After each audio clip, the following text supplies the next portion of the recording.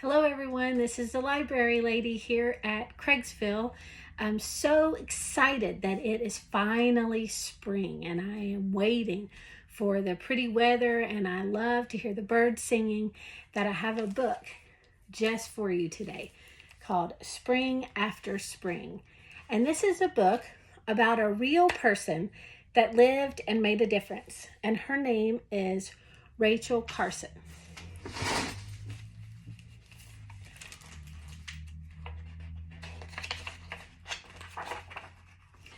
Spring After Spring, How Rachel Carson Inspired the Environmental Movement by Stephanie Roth Sisson.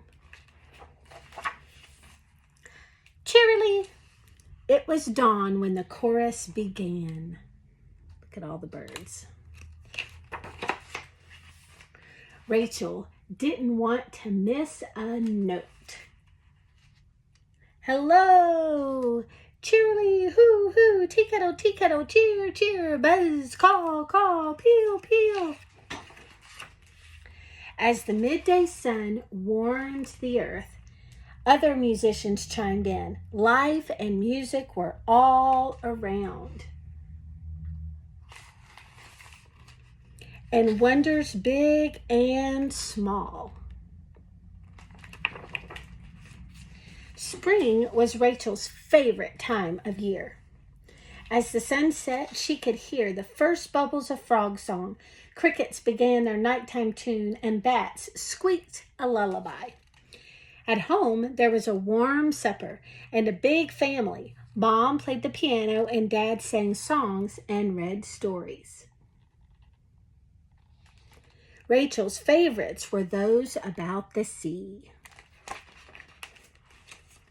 As the days grew longer and warmer, the chattering, chirping, and hooting got louder. Look at all the animals. Until the gathering calls from migrating birds meant that it was autumn. They were coming together for their long journey through the ocean of air to their wintering homes. Honk, honk, honk. But not everyone left. Snuggled under a warm blanket, Rachel drew pictures and wrote about the life she experienced all year. She read books about animals and imagined what their lives were like. Spring after spring, year after year, the birds arrived. Every season, Rachel watched, listened, and wrote. And like the nestlings, she grew quickly. Then, one autumn, it was time for her to go off to college. She was sure she wanted to be a writer until she looked through a microscope and saw a small world in a drop of water, tiny sea plants and animals. Rachel was amazed and in love. She wanted to know more about the very small world made visible by a microscope. She had never been to the ocean and was scared to go in the water. To learn about the creatures in tidal pools, marshes, and the sea, Rachel decided that she would study biology. She put her writing aside. Look. After she finished school, Rachel worked as a scientist and compiled information about the ocean.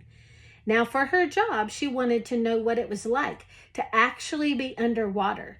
She was still scared, but she went anyway. In the fish world, many things are told by sound waves. Rachel began to write books about the sea. They were so full of scientific detail and vivid descriptions of the lives of sea creatures that people could imagine those worlds. Rachel became a famous author. But there was something wrong. All around, nature's voices were going quiet. So Rachel did what she did best. She watched closely, listened carefully, and learned as much as she could about what was happening. Rachel put together scattered facts and found the answer. People wanted to kill bugs that ate their plants, bothered them, and sometimes even made them sick. Chemists created new poisons to solve the insect problems that seemed to work and seemed to be harmless to other creatures and humans. These poisonous chemicals were quickly used everywhere in huge amounts because people thought they were safe. But Rachel found evidence that the poisons were not safe. Poison eaten by microscopic water life eaten by tiny fish eaten by bigger fish, causes bigger fish eaten by the eagle, causes the eagle eggshells are so thin that they break during incubation. Then another thing that happens, poison coats worms. Worm eaten by bird eats many worms coated in poison, bird dies. Another thing, poison coats worms and insects. Worms and insects are eaten by the bird is eaten by a fox eats birds, mice, and other animals that have eaten the poison, and the fox dies.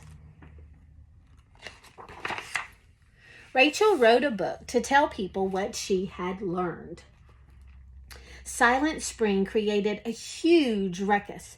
Some people were inspired to change, but many didn't believe Rachel. Eventually, President Kennedy took notice and began an investigation to find out what was true. Rachel was asked to come to Washington, D.C. and defend her book. She was scared, but she went. Rachel's testimony in Washington and her writing in Silent Spring made people see that they have an effect on the environment and the other creatures that they share the world with. People were inspired to speak up.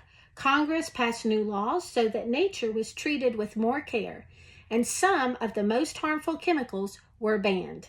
Spring after spring, year after year, people celebrated the earth and the environment because Rachel showed them how beautiful and precious it is.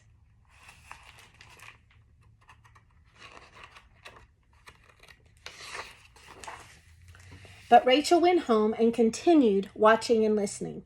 In the morning, she went out among the tide pools and gathered specimens. In the afternoon, she carefully studied them and took notes on her observations. And in the evening, when the tide had gone out again, she returned each creature with great care, exactly in the spot she had found it, exactly where it belonged. Thank you for joining me. I love books that teach me about someone that I didn't know about before. And we have many books just like this at the library. March is National Women's Month, and so we also have wonderful books that will teach you about women you might never heard about before.